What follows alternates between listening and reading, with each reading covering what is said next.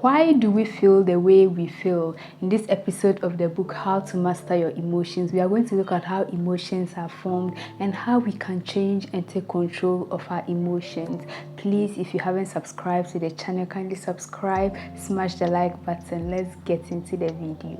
So let's look at how emotions are formed. Before we can understand how emotions are formed, we have to differentiate between two types of emotions. The first is the negative emotions you experience spontaneously. This type of emotions helps you to stay alive or keeps you alive. For example, if you find yourself staring at a tiger, what do? It's the emotion that will prompt you to run away or try to, for the fear, run for your life. And there's a second type of emotion. This second type of emotions are the emotions you create in your mind through your thoughts. This second type of emotion usually lasts longer than the first one. A random thought comes into your mind. The fact that you keep pondering on that thought means that you will start feeling that emotion.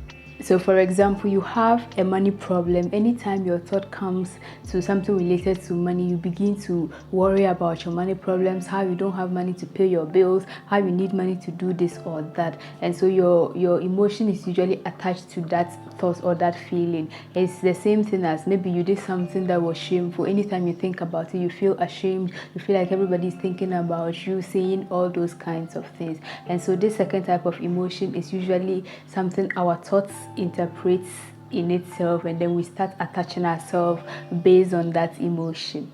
Now that we know how emotions are formed, let's move forward to understand how we can master our emotions. And so there's a formula to which you can master your emotions. It's interpretation plus identification plus repetition. And so with interpretation, you interpret an event based on your personal story, and then you identify based on the thoughts that arises, and you keep repeating it over and over again. So let's look at each of the formulas to how to master your emotions. And the first one is interpretation.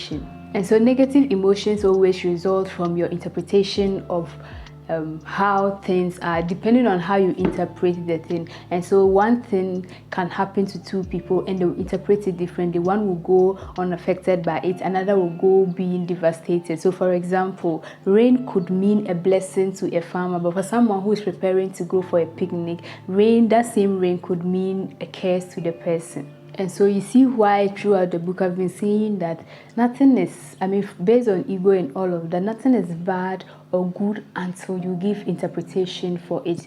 Rain is just rain, the rain is just falling. And so one person sees it as a blessing because they'll plant their crops. Another person sees it as a curse because it's in their way for them to go and have fun. And so why do we keep experiencing negative emotions? It's because our reality fails to meet our expectations. You want to be one way and you turn out to be another. You want to be, let's say, make money out of your business, but it turns out that you are not making money out of your business. You want to be promoted at the work or at the office, but you don't get the promotion. You want to go for a picnic, but a rain comes and spoils the weather. So depending on your interpretation and your expectation, that is when negative emotions arises. The second is identification. And for emotions to survive, you have to, or the person has to identify with that type of emotions. And so you have to see emotions like a cloth you wear. So what kind of cloth are you wearing? Is it cloth of excitement? Is it cloth of depression? Is it cloth of sadness?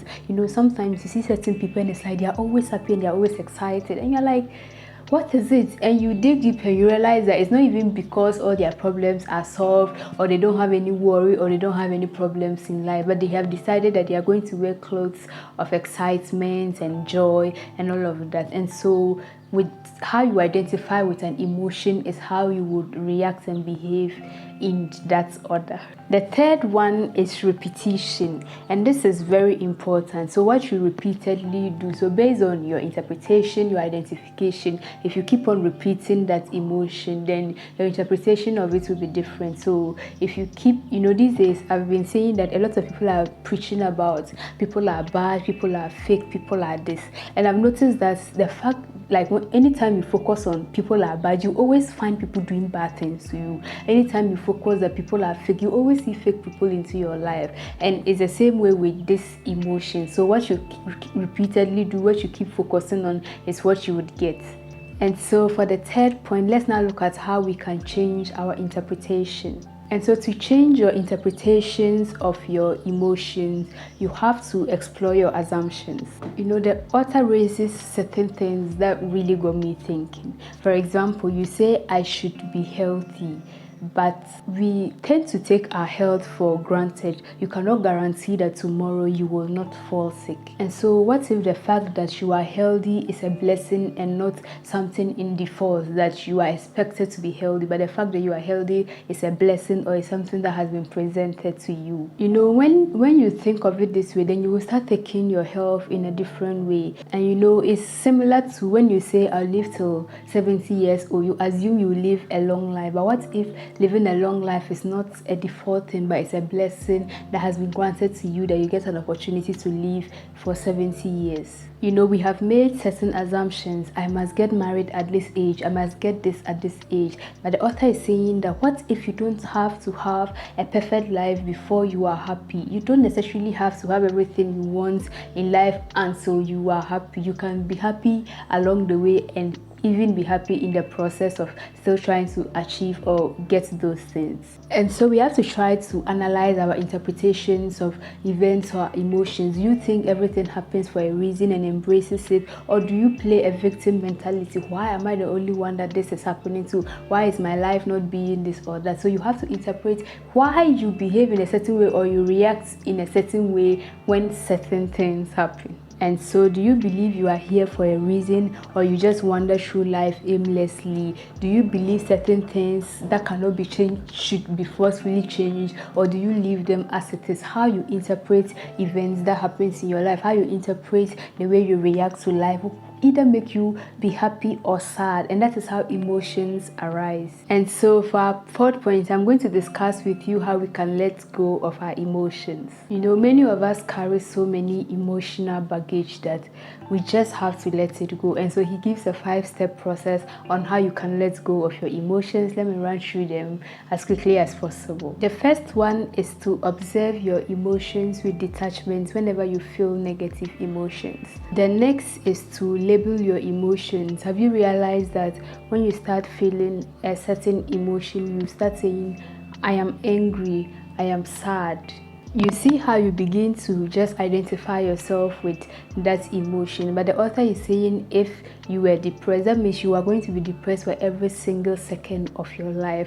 And so let's assume you are sad. Don't say I am sad, but you can say I feel sad, I feel depressed. When you are able to describe that emotion, it's a feeling that has come. A feeling comes and a feeling goes. So you are not sad. I am not sad. I feel sad. Yeah. And so to let go of your emotion, the first thing is to focus on the emotion or one particular emotion you want to let go. The emotion you want to let go mustn't be anything big. It could just be that you don't feel like working on a specific task, or you're mildly annoyed about something. And so you ask yourself, could I let this feeling go? And so you ask yourself, when do I want to let this sadness go, or this feeling of not wanting to do work go? If it's now, then immediately you let it go.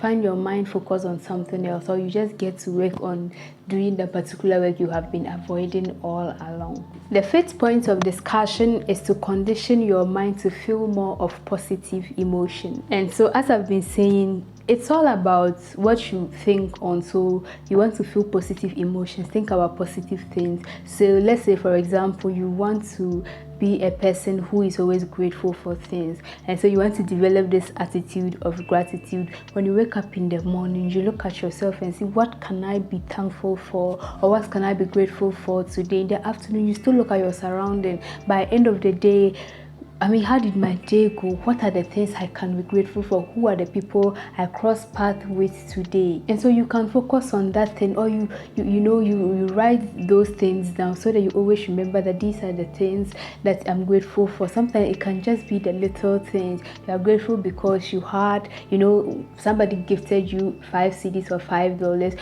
You are grateful because you saw an old friend and you could laugh about old things. You are grateful because you even had an opportunity to listen to an inspirational song which changed your mood. And so you write all those things down. Another way to promote positive emotions is confidence, and to be able to be confident. He's saying that visualize yourself achieving your dreams and your goals or the things you want to be. You want to give the best TED talk in the world. Visualize yourself being on a stage, giving that kind of presentation or that kind of public speaking, or just achieving your goals. A positive self-esteem is also one thing that can boost you to have positive emotions. And so one way to boost your positive emotions is to even keep daily accomplishments. So you can buy a notebook, a diary, where you just jot down the things you have been able to accomplish in a day. I cleaned my room today, I called a friend to check up on them, I did this work and I was able to accomplish the things on my to-do list. It boosts your confidence, it boosts your self-esteem, and you become positive and excited. Another point that I want us to discuss is how to change your emotions by changing your environment. You have to know that you cannot always control your emotions. Certain things just happen, and you lose control. A breakup, the loss of a loved one, those kind of things, you cannot control how you would react to it. As I said, there are certain emotions you can't control, but there are also certain things you can reduce, especially certain negative emotions you can reduce, especially things that are also under your control. You can list down, this is like an editing, but it will help you. You can list down the things that makes you feel negative emotion, the things that drains your happiness. For me in particular, I like social media.